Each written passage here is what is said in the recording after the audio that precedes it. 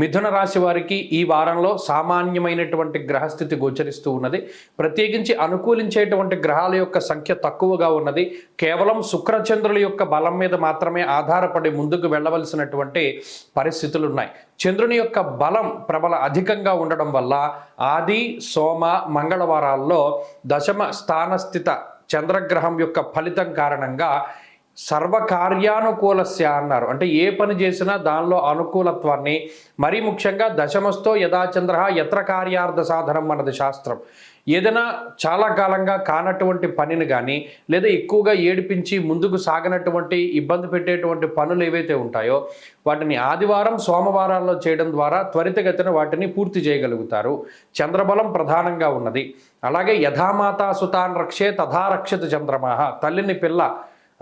పిల్లని తల్లి ఏ విధంగా అయితే కాపాడుతుందో తన బిడ్డని, అదే మాదిరిగా చంద్రుడు కాపాడుతాడు. కాబట్టి మిగతా గ్రహాలన్నీ అష్టమంలో ఉన్న, అంటే అష్టమ రవి దోషము, అష్టమ కుజ దోషము, అష్టమ బుధ దోషము, జన్మ గురుని యొక్క దోషము, ఇవన్నీ దోషాలు కూడా మిథున రాశి వారికి ఉన్నప్పటికీ ఈ వారంలో ఉండేటువంటి చంద్రుని యొక్క బలం, శుక్ర బలాలు రెండూ కూడా, ఎందుకంటే పగటిపూట మాతృకారకుడు శుక్రుడు, రాత్రిపూట మాతృకారకుడు చంద్రుడు. కాబట్టి ఈ రెండు గ్రహాలు తల్లిలా కాపాడుతాయి. ఈ వారంలో ఏదైనా చిన్న చిన్న ఇబ్బందులు వచ్చినా, మానసికంగా కొన్ని ఇబ్బందులు వచ్చినా వాటిని అధిగమించగలిగేటువంటి శక్తి, మనోధైర్యము ప్రధానంగా ఈ గ్రహస్థితి ఇస్తుంది.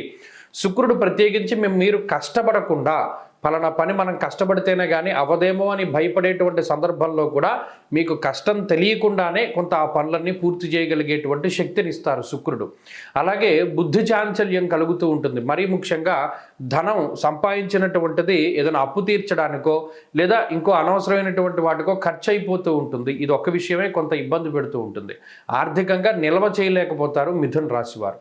కొంత ఈ వారంలో కోపం అధికంగా ఉంటుంది. ప్రయాణాలు కొంత బెడిసి కొడుతూ ఉంటాయి. అంత ఎక్కువగా ప్రయాణాలు చేయకపోవడమే చెప్పదగినటువంటి సూచన.